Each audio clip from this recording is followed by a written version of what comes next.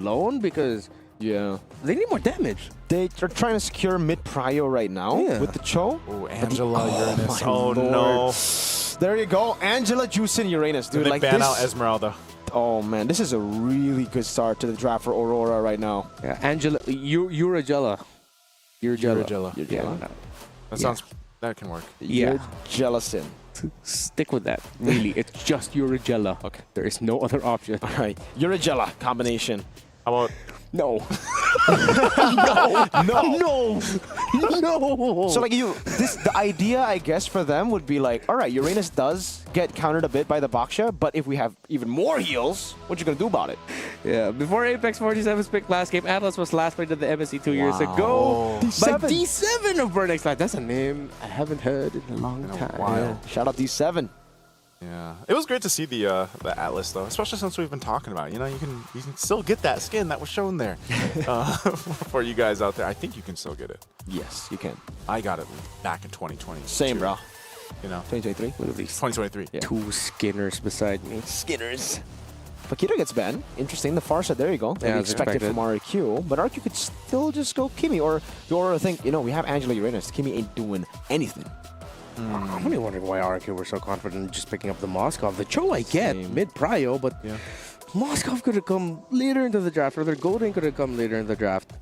Wouldn't it be wow, can't speak. Wouldn't Esmeralda be great here for RQ though? Yes. Yeah. I think so. All these shields. I guess RQ are expecting like a Joy, like an assassin for Tianzi early. But yeah, this actually could still be a Uranus jungle, which is weird. I don't like it on Tianzi. Yeah.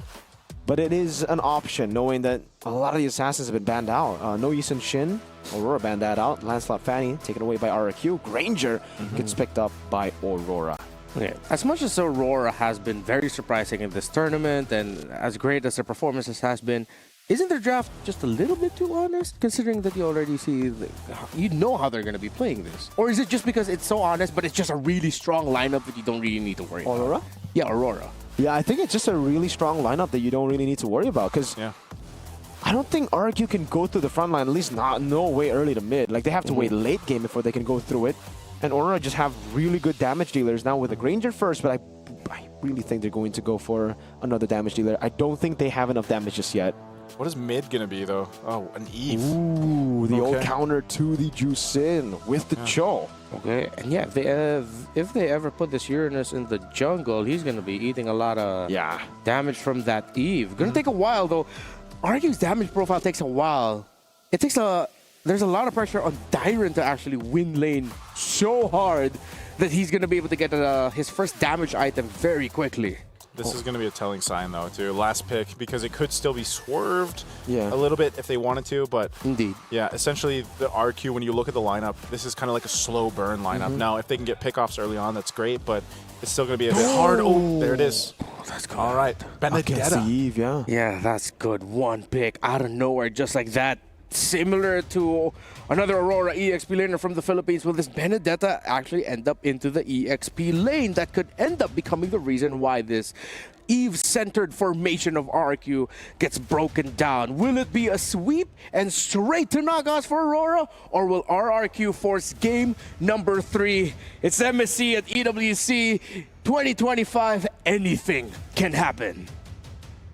Thank you so much, Renmar. Again, breaking it down with us through that draft here. Ladies and gentlemen, welcome to the English Desk. It's still me, Naisu, and Mirko to bring you a game number 2 in this best of 3, the battle for a knockout spot. Can we get to game 3? RRQ has their work cut out for them, or will Aurora Gaming from Turkey make it happen in a sweep and make it even more apparent that they are a force to be reckoned with? So looking at these lineups here, still Tianzi, like we said, is going to be rolling with that Uranus in the jungle. This is a utility matchup now, and we were building up these junglers leading into this, and they've got the compositions, I feel like, to complement them. I'm only just hoping that, for RRQ anyway, they need enough time to make this lineup get online and be able to pop off later on. Yeah. I really hope that Aurora are able to change the narrative of the Uranus jungle right now. Edok with a mid-prio coming in. You can see the burst on Tianzi. That might have been a mistake. Tianzi, no movement ability. First blood to RRQ. And again, the narrative sticks. Naisu, Uranus jungle. Not so good. Well, so far. I mean, we got to see. But That's the thing. Oh, Luna? Lunar might be caught. Shield Unity, 2 early kills for RRQ. Hey, I said they need a little bit more time, but when you have an early game like this, I guess, you know, you get 2 kills in your favor. Now you've already got this lead. Puts Aurora in a precarious position in the early game. We take a look at the emblems here. You can see building up, I think even so. You've got a whole lot of Impure Rages, of course. Also for this, the Concussive Blast on the Cho does quite a bit of damage, and that's what we saw earlier on, which secured them that first kill over. Oh, Apex 47. Man, this is going to be a struggle. He also had to burn the Flicker. Yeah, this is why, I really like the mid-trio for RRQ when they picked up the Eve. The Cho was a bit too early, but they managed to get the last 2 picks to fit their agenda here. Mid-prio was almost certainly going to be RRQ almost every single time. Shield Unity coming down, and damage with the G-Kundo too! Eye for 9, a Petrify used up, and it will just end up with a kill! Bravest Spider by Tyron! Onto the turret! Oh, that burst! At least it'll be traded out with Rosa getting the kill, but a turtle has already been started by RRQ as Edok goes for the G-Kundo, knocks Tianzi up.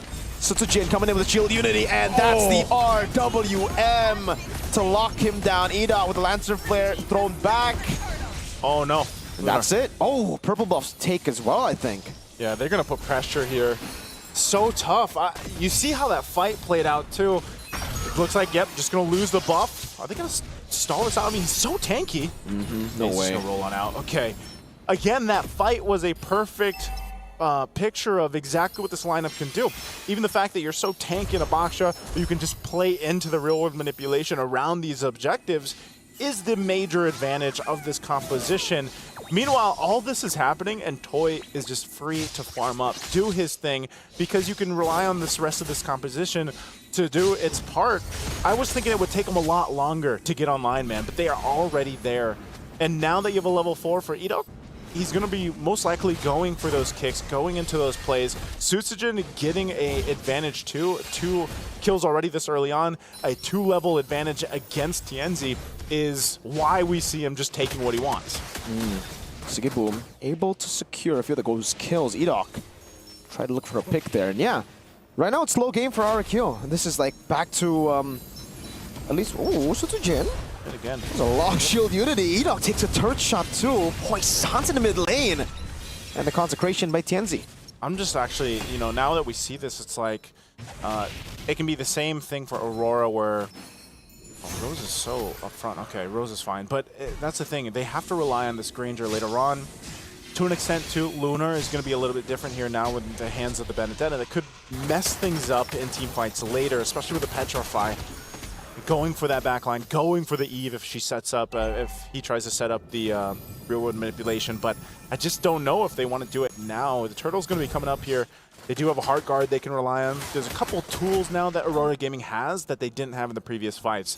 So if they manage to make this work, they could turn this game slowly around here, but RRQ has control. They're going to start up the Turtle. Yep. They have all the space in the world. This is great positioning from them, too. I don't think there's any way Aurora Gaming gets this, as it's a Turtle in the free hands for RRQ. Yeah, absolutely no chance they go for the contest here. They're 2 behind to go for it. And again, so far their frontline situation isn't really looking too good with the shred from Rins and the anti-regen from Sutsujin. He's going to go in with the Shield Unity, just zones him away as Toy picks up every single shot of that turret shield.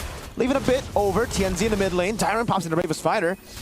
And will just clear out the mid lane as the Lancer Flare locks Edok down, but he has a Shunpu to escape. Again, a stun and more poke. Yeah, there's a whole lot.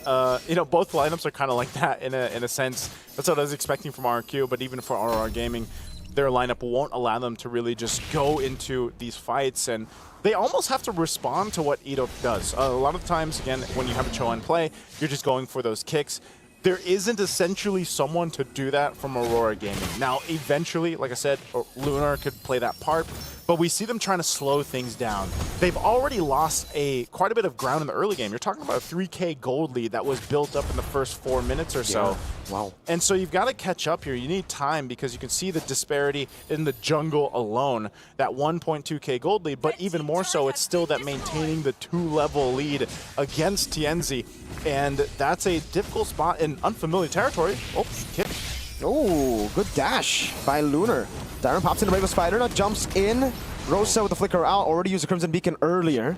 So there you go. Burnt resource. Yeah, resources. Sometimes that's the name of the game right now, especially in a slower paced game. Off to a great start for RRQ, but even for them, it's like they acknowledge the fact that Aurora Gaming, has some of these tools now, like the Heart Guard, and like the fact that Lunar could go ahead and pressure them with a Petrify, that they have to kind of approach it in a different way. And if that kick isn't in the right direction, then there's no point in following it up. You maintain the lead you have, you continue to farm up. They should be able to get even this third turtle, I think, without much of a nuisance, but there's a Petrify. Yeah, but it's used defensively, and Edok, he used Away the Dragon, but unfortunately it wasn't actually cancelled by the Petrify. It was cancelled, the animation, so there was no kick, but he still has it on, he still has it up. He still has it available, so this is a turtle for the taking. It looks like Aurora's going to go for it. RWM2, that's the box! Yes. Oh my lord, that damage! The sword and the blast from Rins. Oh, Rosa with the Crimson Beacon trying to read out the G-Kundo Flicker combo, but Edok just walks up and Toy gets the kill with the SOD! Tier 1 in the mid lane falling. RRQ with a massive lead. Massive lead, and then now it's RRQ looking clean as ever. Just like we saw from Aurora Gaming in Game 1, it's completely swinged over to RRQ. They are on time for everything. They're finding these windows. Ooh, and I don't know. Damage. Edok was there. He did have the flicker, but not going to make that call to go forward. So Aurora Gaming finding themselves pretty far behind already. It's just going to continue to balloon further. And I think this really is that game that's just solidifying the fact that, I mean, look at this Uranus. He's struggling. Bravest Fighter by Dyron gets a stun as well. Now pops in the second part of the Bravest Fighter, but it's going to be the Hard Guard coming down. TNC looking for an angle, but I don't really think that's an angle you want to take, brother man. Yeah, you don't want to commit to that, even with the Hard Guard burnt out. Again, I think you start to seal. He's going to go for Sigiboom. Oh, good reaction by Sigiboom. Good response. But you see what's happening here, man. It's like every single thing that RQ does. Sometimes it's not even an ultimate or a flicker from themselves. They're getting these battle spells. They're getting these spaces to work with against Aurora Gaming. And it's really difficult. You're looking at just space taken. I mean, think about it. The tier 2 turret's about to go down mid lane.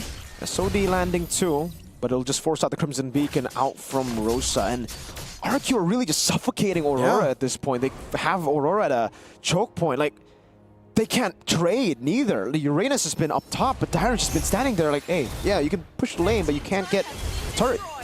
Lapu is insane right now so far from Game 1 to Game 2, just on different respective teams. You can already see item-wise, they're very far behind. Even in that gold lane, 3 items already locked in here. 4 toy. Yeah, just a whole lot. Oh. Yikes. Yeah, that's why the healing's not really doing anything, man. Dominant's Eye, Sea Halberts. Glowing Wand. Glowing Wand. And a Baksha. and a Baksha. Oh, man. Yeah, this sustained comp is... Oh, TNC walks up. Oh. He's going to go forward. Dealing quite a bit of damage. Edok with the Way to Dragon now. Next hit as well. So Jin with the Shield Unity. Rosa jumping to the back line with the Crimson Beacon over to Rins now as Rins is able to dish out damage with Toy. Melting them down. The healing is non-existent from Aurora. Oh, you saw that shot? You saw that shot? Close. Yeah, very close there. And that was just the reason of, hey, we have way more gold than you. We have way more items than you. We can take this fight. If maybe there wasn't a 7,000 gold differential here, maybe it would have been different. Because this was a fight that they decided to go for. Yeah, this is just odd. Which is very odd. Oh, Dyron just gets an assassination. Dude, live cam view. Assassination happened. So, again, Aurora Gaming is in a position where we've seen teams be in before. They're massively behind. Do they have a composition to actually defend against the Lord? Yes, they still have the shields up, but this is something they have to watch out for, because fighting even on the turrets with an Eve on your side for RQ, they can just be like, yeah, sit around your turret, we'll just pop up and angle the real world manipulation in a way that forces you to fight us anyway. So that's why you see TNC is holding that Lord there. He's trying to like delay it as much as possible. He's going to go ahead and work on it. You see Dyron though. He's willing to take the 1v1. He's walking down on bottom. Shield's going to pop up top. We got the 1v1 here going around the Lord. Yeah, oh, ring around the rosy. TNC just trying to buy time. He knows there's no way he wins this 1v1. He can just try to delay. Hard guard coming down as well. TNC gets away. Kind of a non-lane there. But what this does is RRQ have another way to push in. Like, the Lord wasn't really dealt with. I think not even half HP. Yeah. So it just ends up being a slow push for RRQ to get more. Oh my god. He's dying. Guys! They're just still fighting going. forever! Oh my god, battle it out! RWM to the back, Lunar pops in the eye for an eye! Edok goes in with the Wade Dragon still. Second part of it, Toy piercing through the turret over to Sigiboo, who has to respect this with the Void Blast coming down. It's still a battle in the bottom lane as Toy gets a base turret. And finally, after what seems to be 9 years, the Lord gets to the vicinity of the... TNZ's still running! Dad, we're just keeping him! Oh my god, this is his job. Hey, there you go. Hey, I'm here in your base now, man. Edok doesn't even want to kick, right? He's just like, all right, Jikunda, there you go. This is where you say takes 3. Takes 3. Oh my lord. Hey, but did TNZ accomplish anything there? I mean, he delayed things as much as possible, but still, they lost a base turret. They lost the shields. You're still down 10,000 gold. I think just, again, what did that accomplish for Aurora Gaming? You know, maybe bought them a little bit of time, but they're so massively behind that, and this is the full force of RRQ. Oh. There's RWM. Yeah, Rosa forced to use a Crimson Beacon, and that should mean that it's going to be a free turret. Look at the piercing damage again through the turret to Rosa and Apex. 2 base turrets in the sides. 30 seconds for the neutral objective spawn. Lunar, before he can even swing his sword, gets blasted down by Rins. Yeah, this is so tough to see for Aurora Gaming just because they don't really have much positioning. Rosa picking up a brute force, trying to survive a little bit more here. Yeah, Twilight armor though for Susujin. This is a complete outclass for game 2, at least in this one. It's just completely in RRQ's favor, and Aurora Gaming, I feel like they're almost in that position where it's like, we're a little desperate. We wanted to go ahead and maybe take these flanks, maybe force it, because it's getting to that point where it's just so one-sided for them. Luna in trouble? Eye for an eye coming down, but Petrify and the final slash, or sorry, the final blow. Oh no.